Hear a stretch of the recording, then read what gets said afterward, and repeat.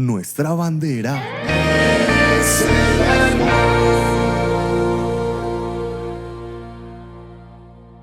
Amados de Dios, vamos a estudiar la palabra del Señor entonces en esta mañana. Y abran por favor sus Biblias conmigo en el Evangelio de San Mateo, capítulo 15, de los versículos 21 al 28.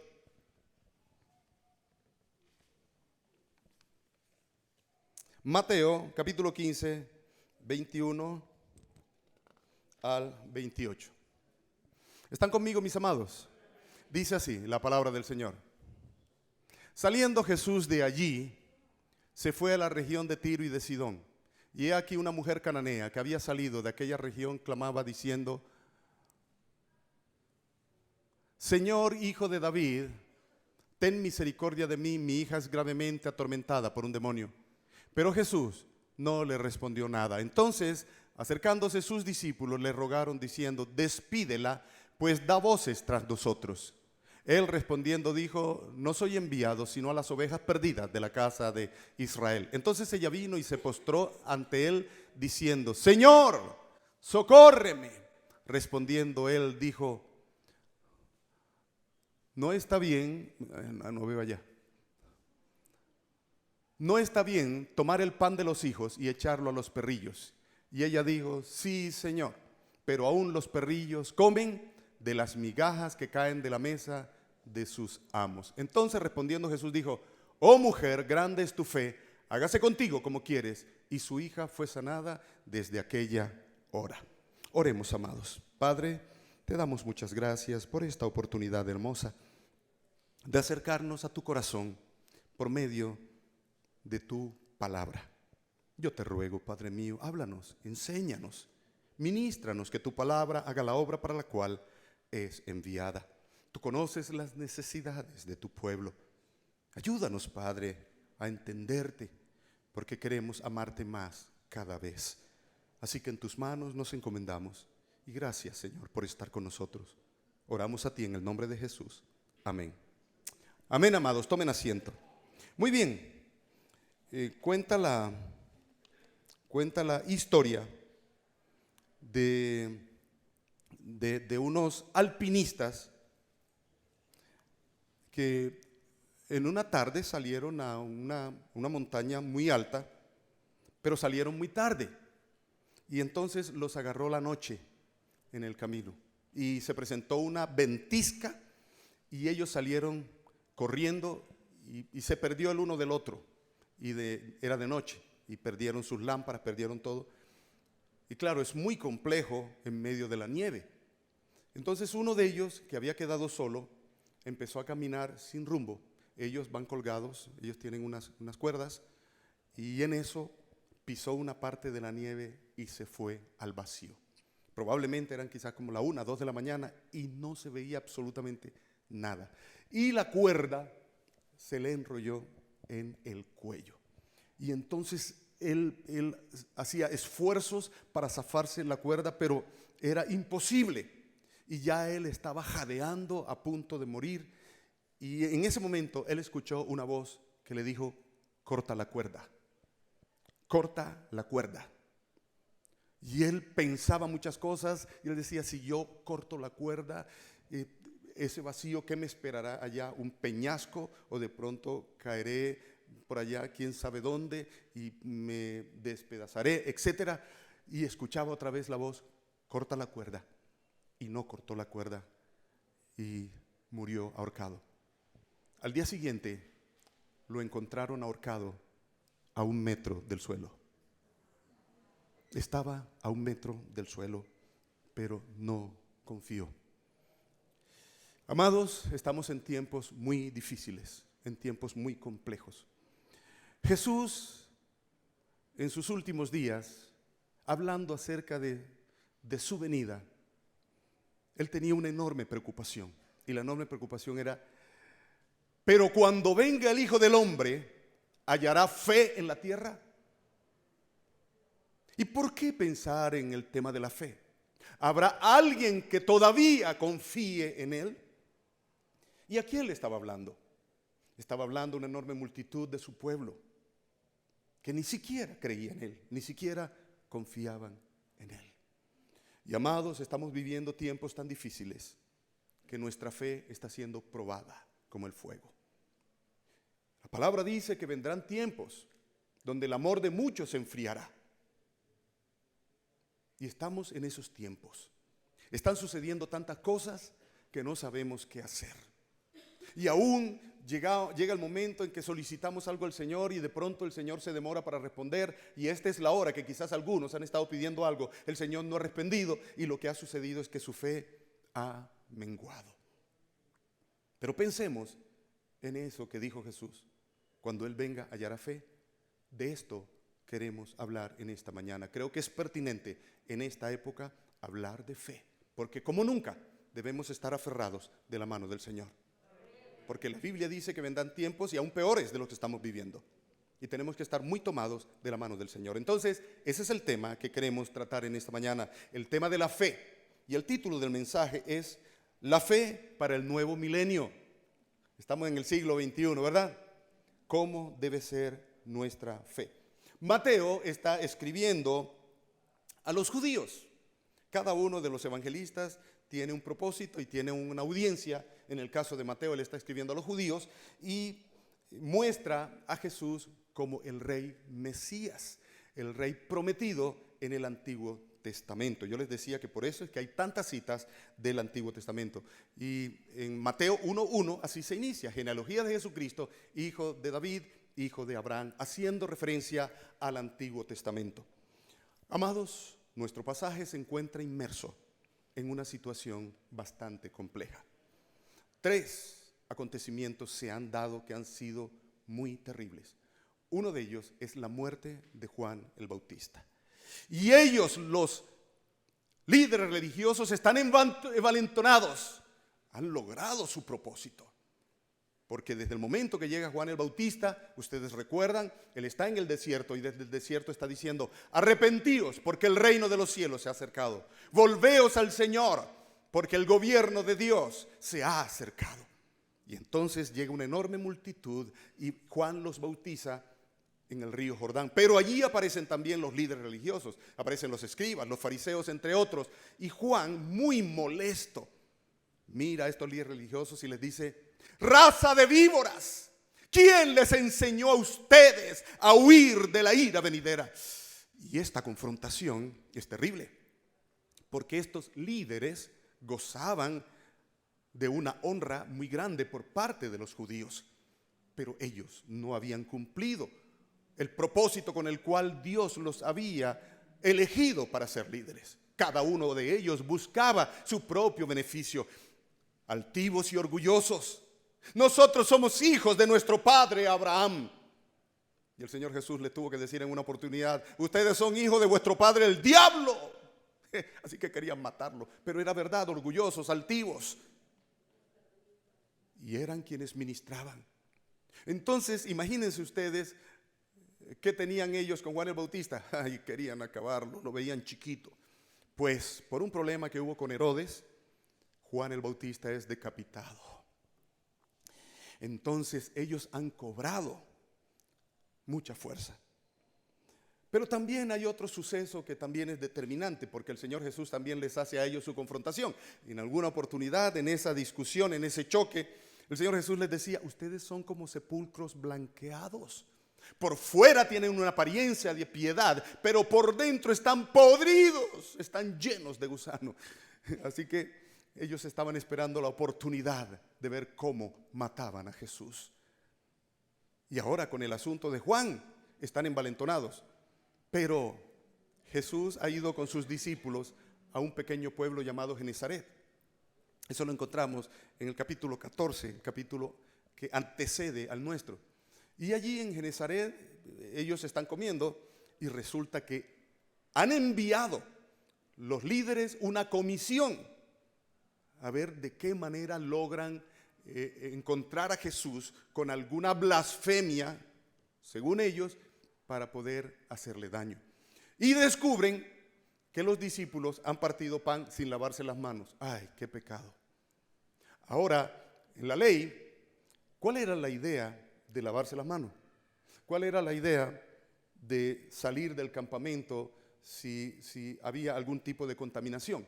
La idea que había detrás de eso es: ustedes tienen que ser santos porque yo soy santo. Ellos debían manifestar o mostrar que eran distintos a los demás pueblos. Y en esa distinción ellos iban a poder dar a conocer a Dios a las naciones. Si venían a Israel, debían ver esa pureza, esa santidad. Y si ellos iban fuera de Israel, también debían ser santos, porque Dios es santo. Pero tristemente ellos se quedaron con la práctica y perdieron el principio. Entonces la idea de lavarse las manos es que más que mirar el mugre que tenían entre los dedos para que no hubiese alguna bacteria en el pan, no, sino que cuando ellos se estuviesen lavando las manos, ellos tuviesen en mente: debo ser puro, debo ser santo porque Dios es santo. O sea, el principio estaba ahí, intrínseco. ¿Están entendiendo, mis amados?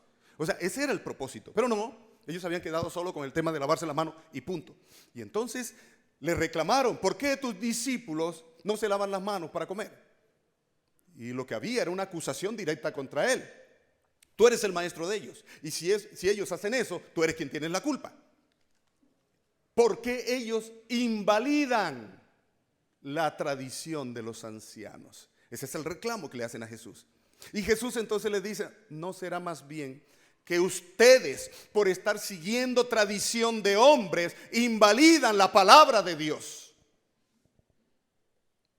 Y termina Jesús diciendo: hipócritas, bien habló de ustedes el profeta Isaías cuando dijo: este pueblo de labios me honra, pero su corazón está lejos de mí. Esa es la otra confrontación que hay. Así que el ambiente está caldeado y el Señor Jesús decide entonces apartarse por fuera de Israel a una región de Canaán llamada Tiro y Sidón. Allí está Fenicia, están a unos pocos kilómetros del mar Mediterráneo. Marcos nos registra que llegan a una casa y ahí están. Pero la fama del Señor ha sido tan grande. Lo que ha sucedido en Israel no es nada común. Los enfermos son sanados, los endemoniados son liberados, los hambrientos son llenados de alimentos por parte del Señor Jesús. El Señor Jesús no hace acepción de persona, y esa información no se queda solo en Israel, sino que llega a todo lugar. Y estando Jesús allá, llega una mujer sirofenicia, una mujer cananea, y viene en busca del maestro. Y la razón es porque ella tiene una hija que está endemoniada. Esta pobre mujer está desesperada. Imagínense ustedes, ¿quién la visita con un demonio en casa? Nadie. Ella se siente sola. Recordemos que la tierra de Canaán es una tierra de idolatría. Allí adoraban a Baal, a Baal-Zebú, adoraban a Moloc, adoraban a la diosa Astarot. Pero ninguno de esos dioses había servido para liberar a su hija. Antes, por el contrario, yo creo que por ahí era que estaba la atadura para esa muchacha. Así que esta mujer está desesperada, ha buscado ayuda por todas partes y no llega ayuda. Pero a sus oídos ha llegado la información que en Israel hay un hombre que tiene el poder y la autoridad. Y entonces, como dice la palabra, la fe viene por el oír. Y esta mujer ha escuchado y entonces se acerca a Jesús para solicitar su ayuda. Con esto en mente, yo quiero que pensemos en unos 3 asuntos que nos hablan sobre la fe. ¿Hasta aquí? ¿Están conmigo? Muy bien. El primero de los asuntos es una búsqueda desesperada. Es lo que encontramos. Versículos 22 y 23. Y he aquí una mujer cananea que había salido de aquella comarca, comenzó a gritar diciendo: Señor, hijo de David, ten misericordia de mí, mi hija está terriblemente endemoniada. Pero él no le respondió palabra. ¿Y qué decían los discípulos? ¿Qué dice allá atrás?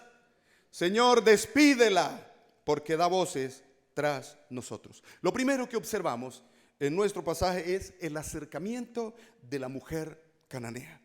Y se acerca a Jesús con gran clamor. Amados, esto es importante. Recordemos las palabras de Jeremías en el capítulo 33, versículo 3.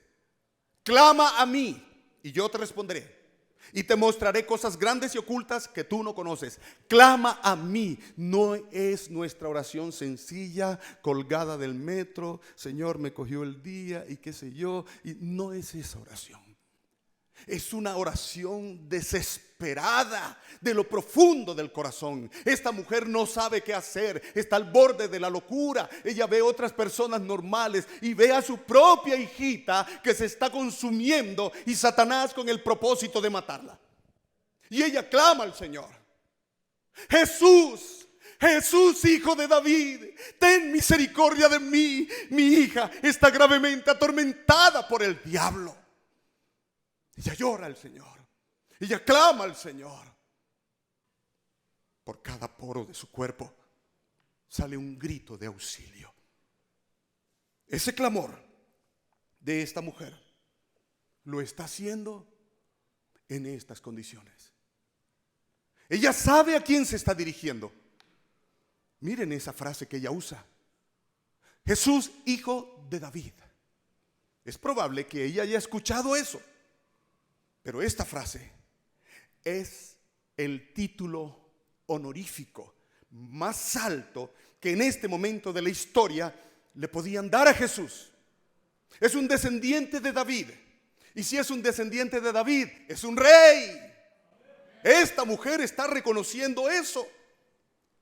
Es un rey, y el rey tiene poder y autoridad. Ella está haciendo ese reconocimiento de una manera tan maravillosa. En Mateo 1:1 se registra: genealogía de Jesucristo, hijo de David, hijo de Abraham. Aquí está el hijo de David, Jesús, el rey. Pero esta mujer sabe cómo se acerca: con convicción. Y esto es importante, amados. El escritor al libro de Hebreos lo registra de manera inigualable. El que se acerca a Dios ha de creer que le va a encontrar, y que Él es galardonador de los que le buscan, porque sin fe es imposible agradar a Dios. Esta mujer se ha acercado con convicción. Ella ha escuchado, y ella ha dicho: si Él no hace acepción de personas, lo más seguro es que a mí también me va a escuchar y a mí también me va a ayudar. Ella se acerca con convicción. El escritor al libro de Santiago nos habla sobre el tema: cuando se encuentren en diversas pruebas, pidan sabiduría al Señor, pero pídanla sin dudar nada. Porque el que duda es como la ola del mar, que va y viene, y quien tal haga no espere recibir nada del Señor. Entonces ella se ha acercado a Jesús con gran clamor, está reconociendo el estatus de rey de Jesús, y lo está haciendo con convicción. Pero hay algo hermoso que también nos llama la atención: ten misericordia de mí, que mi hija es misericordia. Es la palabra clave. La definición de misericordia es el amor inmerecido de Dios. Escuche bien eso. Cuando usted le dice al Señor: Señor, ten misericordia de mí, usted debe entender que le está diciendo: Señor, yo estoy en esta necesidad. Señor, no merezco tu amor, pero ayúdame porque tú eres bueno. Entonces ella lo que le está diciendo al Señor: Señor, ten misericordia de mí, sé que no lo merezco, yo sé que no lo merezco, pero tú eres bueno, Señor, ayúdame. Qué actitud tan hermosa la de esta mujer, ¿verdad? Y luego entonces presenta su necesidad. Mateo, ¿cómo lo registra? Pedid y se os dará, buscad y hallaréis, llamad y se os abrirá. Porque el que pide, recibe; el que busca, encuentra; el que llama, se le abre. Y esas son promesas del Rey del cielo. Amós, en aquellos tiempos donde él está profetizando, Israel va a ser destruido. Pero hay una oportunidad para Israel. En su idolatría, Asiria se ha levantado para destruir a Israel, a las 10 tribus del norte. Pero aún en medio del juicio, Dios habla a través del profeta Amós diciendo: buscadme y viviréis. Buscadme y viviréis. Y es lo mismo que nos dice el Señor ahora: buscadme y viviréis. Pero también hay más. Mateo también nos registra cuando Jesús está mirando la multitud y le dice: venid a mí, los que estéis cansados y trabajados, que yo los haré descansar. ¿Qué nos impide venir al Señor? ¿Ustedes quieren saber qué nos impide venir al Señor? Nosotros mismos. El mayor obstáculo somos nosotros. Amados, Yo quiero que pensemos ahora en la actitud de Jesús. ¿Sabe qué pasa aquí ahora? Con todo esto de esta mujer, Jesús guarda silencio y esto no nos gusta. Porque nosotros pedimos algo al Señor, nosotros oramos y ¿qué queremos nosotros? Respuesta, ¿verdad? Sí, no, pero que diga algo. Jesús no dice palabra. Jesús guarda silencio. Escuchemos al salmista en el Salmo 37, cuando dice: confía en el Señor y haz el bien, y habitarás en la tierra y te apacentarás de la verdad. Deleítate a sí mismo en el Señor y Él te concederá las peticiones de tu corazón.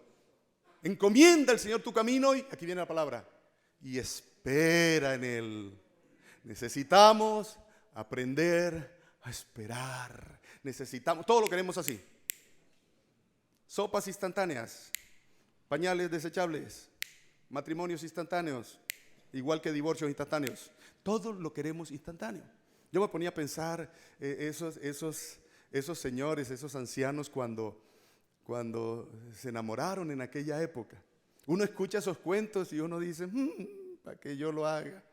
Que ese señor, cada vez que ella pasaba para el río a lavar su ropita, allá la miraba y le decía: algún día esa vida tendrá dueño y darás en mi corazón. Y ella lo miraba, viejo, feo, sinvergüenza. Y lo que, oiga, y lo que me llama la atención, ¿saben qué es? Que esos señores cuentan la historia y dicen: ¿usted sabe cuánto duré yo en eso para que fuera mi esposa? 10 años. Dígale a un pelado de estos que dure 10 años. Sí, se acerca a ella y le dice: mi amor, estás hermosa, ¿te subes a mi moto? Súbete a mi moto. Y la muchacha le dice que no, y ella dice que, muchacha más difícil. No pasa ni un día. Esta gente sí que tenía paciencia. ¿Cierto, Leoncio? ¿Tuviste paciencia con esa mujer? ¿Cuánto duraste? Sí, pero valió la pena. Eso, muy bien. Amados, es verdad. Espera. Pero ahora observen una cosa, que el Señor guarda silencio, pero ¿quién habla? ¿Quiénes hablaron? Los discípulos. ¿Qué dijeron los discípulos? A ver, alguien que lea. ¿Qué dijeron? Alguien que me lea con voz de trueno.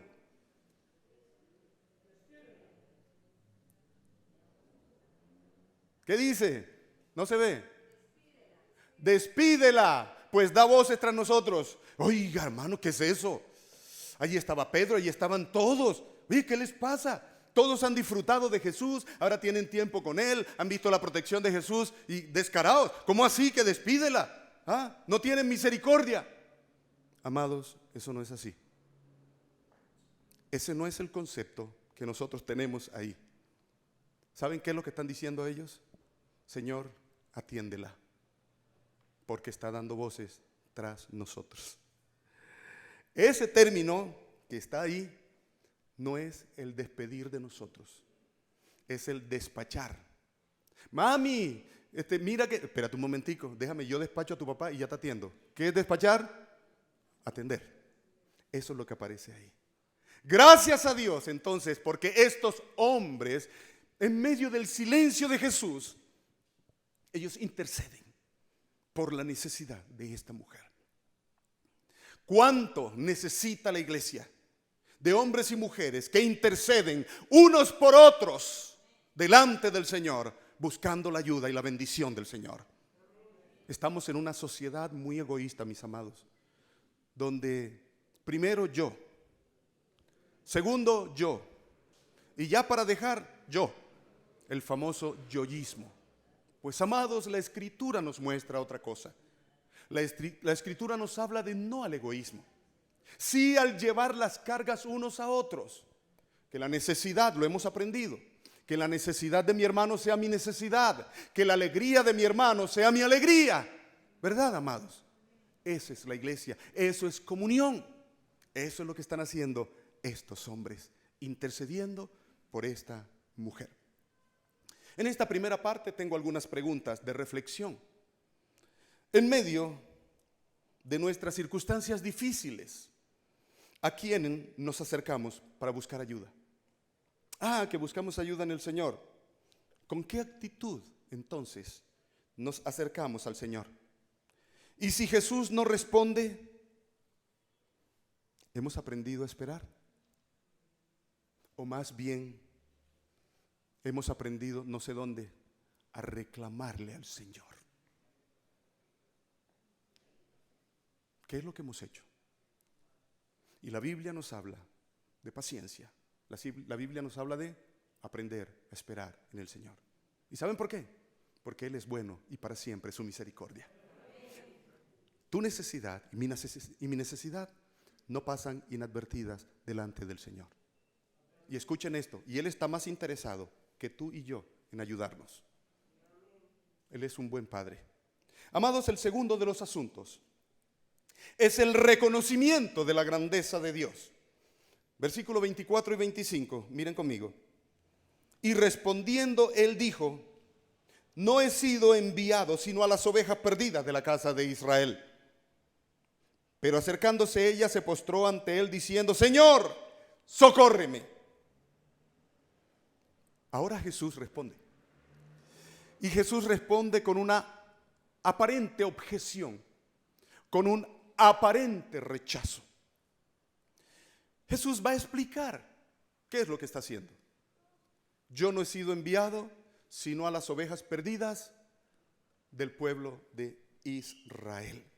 Y es que recordemos que allí en el monte Sinaí, Éxodo 19, allí el Señor habla al pueblo y le dice: si oyeres mi voz y obedecieres mis mandatos, seréis mi especial tesoro de entre los pueblos de la tierra. Seréis un reino de sacerdotes. Seréis una nación santa. Es decir, el pueblo de Israel sería ese pueblo a través del cual nacería el Mesías y a través del cual Dios se iba a dar a conocer al mundo. Entonces la tarea de Jesús en primera instancia está circunscrita al pueblo de Israel. Sin embargo, más adelante vamos a ver cómo Él rompe las barreras entre judíos y gentiles. Precisamente parte de eso está en nuestro pasaje con la atención de la mujer gentil, de la mujer que es cananea. Entonces, esta es la respuesta de Jesús. No hay rechazo en Jesús. No hay rechazo. Imagínense ustedes, la palabra sería contradictoria. Y en el Evangelio de Juan, en el capítulo 6, versículo 37, encontramos la palabra que dice: el que a mí viene, yo no le echo fuera. Esa es una promesa de Jesús. Y Jesús es cumplidor de promesas. Entonces, si Él dice que no echa fuera, entonces lo que está es dándole claridad a esta mujer. Miren lo que hace esta mujer. Recordemos que estamos estudiando sobre el reconocimiento de la grandeza de Dios. Miren ustedes lo que hace esta mujer. Lo primero que hace es se postra delante de Jesús. Se postra. Venga, hijo, tenga la amabilidad. Suelte por un momentico la mano de su amada esposa. Aquí, quédeseme aquí. Ahí, así como está. Observen lo que yo voy a hacer. Esto hizo la mujer. Si ustedes observan, ¿cómo estoy yo? Más pequeño, ¿verdad? ¿Cómo está él? ¿Te había sentido tan grande alguna vez? Pues aquí sí. Amados, esta actitud de rodillas implica adoración. El diablo le dijo a Jesús: todo esto te daré si postrado me adorares. Este es señal de adoración. Y en la adoración hay el reconocimiento de la grandeza, del poder del Señor Jesucristo. Es decir, yo estoy reconociendo que Él es grande, que Él es todopoderoso, que para Él no hay nada imposible y que yo soy pequeño y necesito de Él, que es todopoderoso. Esta mujer estaba adorándole. Gracias, hijo. Esta mujer estaba adorando a Jesús, reconociendo quién es Él, reconociendo. Miren qué contraste tan grande. Él está en medio de los judíos y no lo buscan sino para matarlo. Y esta mujer es una aparecida. Creo que es un término correcto. Aparecida. Y esta mujer tiene más alto concepto de Jesús que los mismos judíos. a quien Él ha venido a enseñar. Pero aquí en esta concepción, ella está reconociendo al Señor. Ella le dice, Señor, socórreme. Y aquí la palabra Señor es importantísima, porque es la palabra Kyrios en el griego y en el hebreo es la palabra Adonai. Isaías capítulo 6 lo registra de manera maravillosa.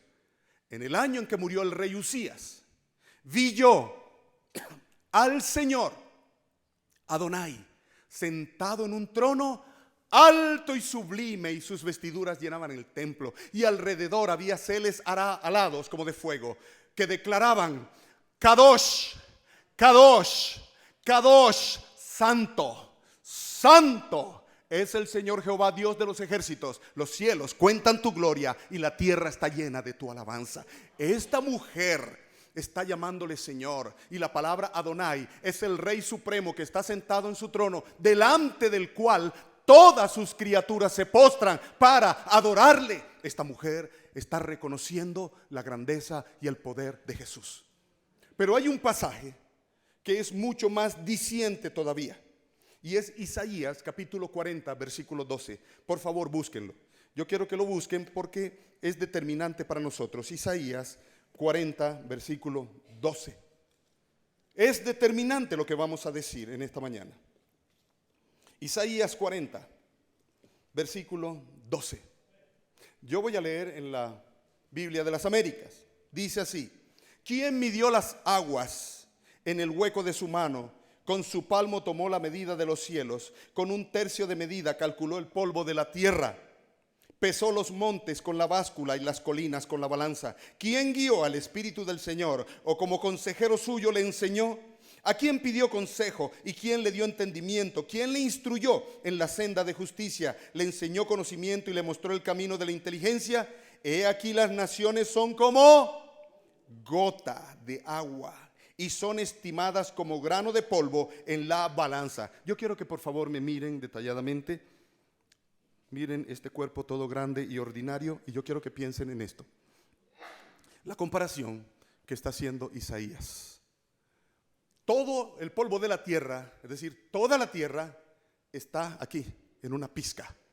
Y yo quiero por favor que vayan comparando. Aquí está toda la tierra y miren mi tamaño. Con un palmo mide toda la extensión del universo. Todo eso que vemos por televisión y todo eso que nos muestran en esos videos de la inmensidad está aquí. El Señor la mide así. Y dice que todas las aguas del universo, 5 grandes océanos y ríos y lagunas y charcos y pares de contar, todo está en el hueco de su mano. Mi pregunta es, ¿no creen ustedes que Dios es muy grande? Mírenme. ¿No creen ustedes que Dios es muy grande? Dios es grande, amados. Dios es grande. Miren, un problema serio. ¿Saben cuál es el problema serio de nosotros? Es el concepto que nosotros tenemos de Dios. Porque si Dios es así de grande, díganme ustedes, ¿qué impide? ¿Qué impide que Él haga cualquier cosa a favor de nosotros? ¿Qué impide? Él venció al diablo, venció el mundo, venció la carne, venció el pecado, venció la muerte. ¿Y saben qué es lo mejor? Está de nuestro lado. Dios y yo, dice la palabra, somos mayoría. Dios y Dios somos mayoría. Si Dios con nosotros, ¿quién contra nosotros? ¿Se dan cuenta? Mucho de nuestro problema se debe al concepto que tenemos de Jesús. Y muchas veces nosotros tenemos a un Jesús así. Otros lo tienen por allá de yeso, así.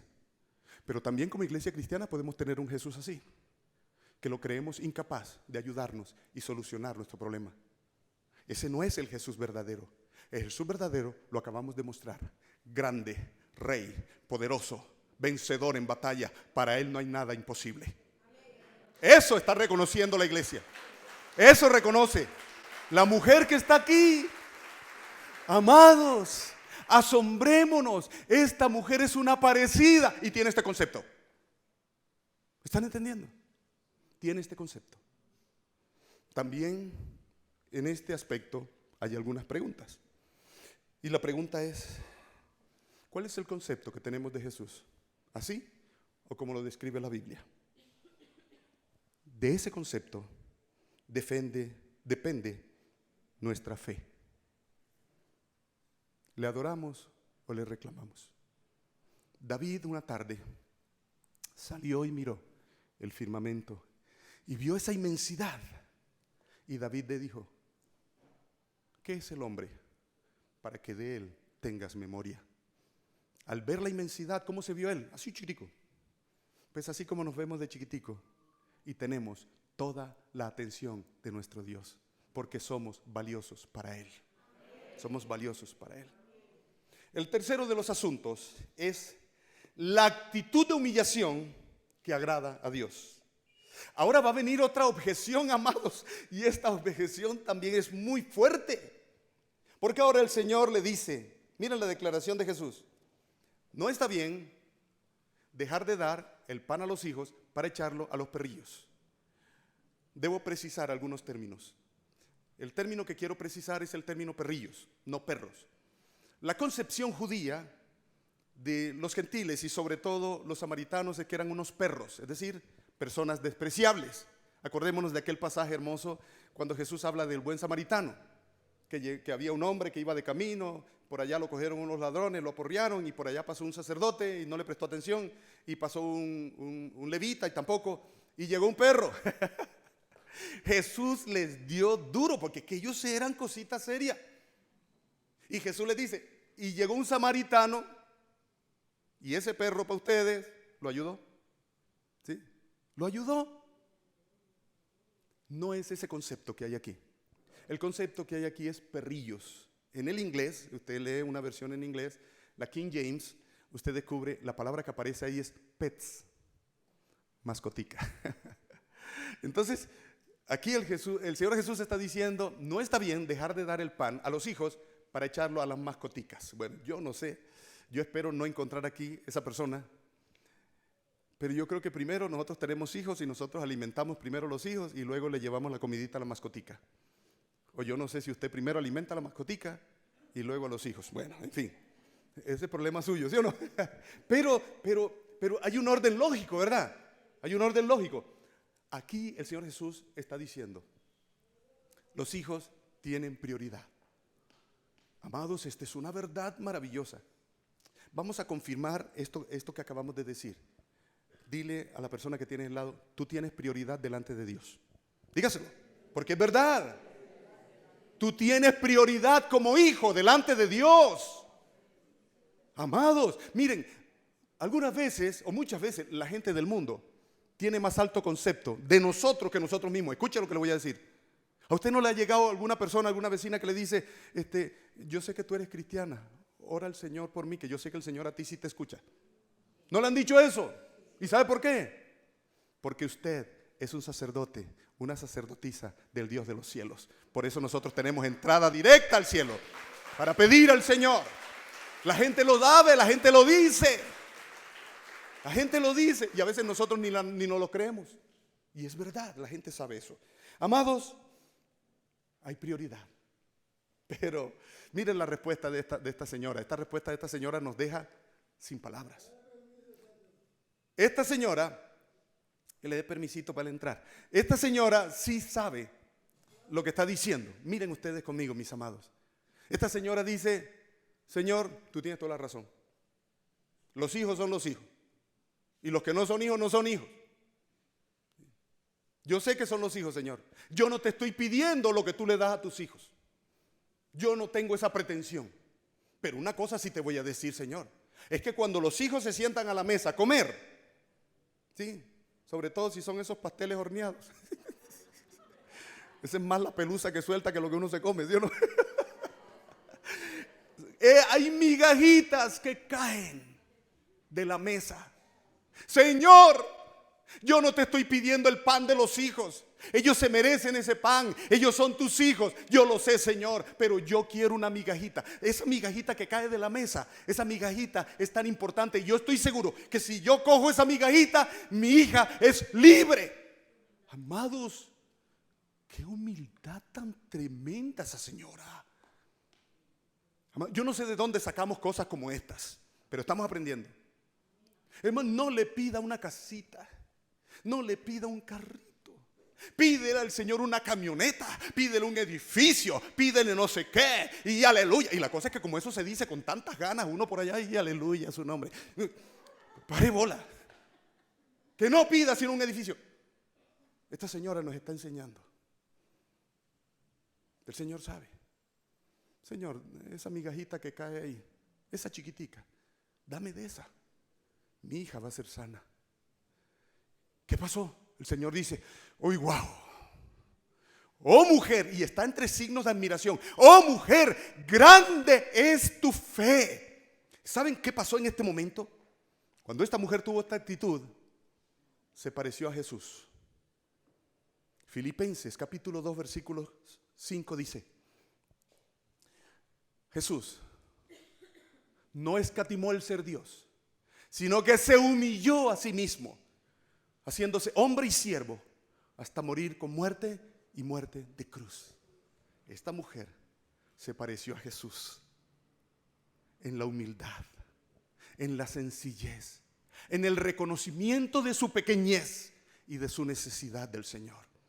Amados, mucho cuidado, se los ruego en el nombre de Jesús, de hacer reclamos al Señor, de tener actitud altiva y pretenciosa. Esa actitud altiva y pretenciosa es de Satanás y debemos parecernos a Jesús. Mucho cuidado, Señor.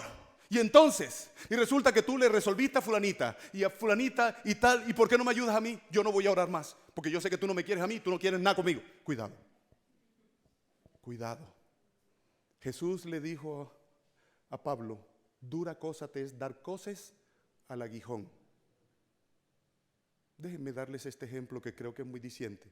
Ese es como darle nalgazos a una aguja. ¿Quién se chuza? Se pone a pelear con Dios. ¿Para qué pelea con Dios? ¿Quién pierde? Uno. Déjenme decírselos en costeño. Ese es pelea de tigre con burro amarrado. ¿Sí, ¿Sí entendieron? Tienen que aprender costeño. Recuerden que Jesús también era costeño del mar de Galilea. Entonces Jesús también te va a decir, ajá, ¿y tú qué? Bueno, pónganse cuidado. Oiga, mis amados, qué actitud tan hermosa la de esta mujer. Y el Señor Jesús resalta el valor que ella tiene, lo que ella hace. Y dice él, hágase conforme a como tú has creído. Y en ese momento el diablo salió. Porque el diablo no puede retener a alguien en esclavitud, a alguien que cree y confía en el Rey de los cielos, porque sabe que el Rey de los cielos le venció en la cruz del Calvario. A su nombre, Él es el vencedor y ha vencido y nos ha dado a nosotros la victoria. Oiga, imagínense a partir de ahora lo que sucedió. Imagínense el rostro de esa mujer. ¿Se acuerdan aquella mujer cómo llegó? Taciturna. Y ahora llega a su casa y encuentra a la hija, mami. Y el Señor restaura las vidas. Y el Señor restaura las familias. Y el Señor restaura la sociedad. En Jesús está el cambio. En Jesús está la transformación. En Jesús está la restauración de la vida, de la familia y de la sociedad. Amados de Dios, el Señor te está diciendo a ti y a mí que confiemos en Él, que para Él no hay nada imposible, pero que clamemos con nuestro corazón, que tengamos un alto concepto de Él, porque para Él no hay nada imposible, pero que nos humillemos delante de Él. Quien en esta mañana nos enseñó de fe no fue Isaías, no fue Abraham, no fue Moisés, no fue Noé. ¿Saben quién nos enseñó fe? Una aparecida. Algunas personas, tengo tanto tiempo en la iglesia, Señor, y te estoy pidiendo y no me das nada. De pronto no tenemos la actitud correcta. Y llega una persona nueva por primera vez y entra por ahí y le pide algo al Señor y el Señor le hace el milagro. Y nosotros ahí tentados para pelear con el Señor. Señor, pero siguió. Y ella, Señor, tuvo la actitud correcta. Cierra tus ojitos allí donde estás.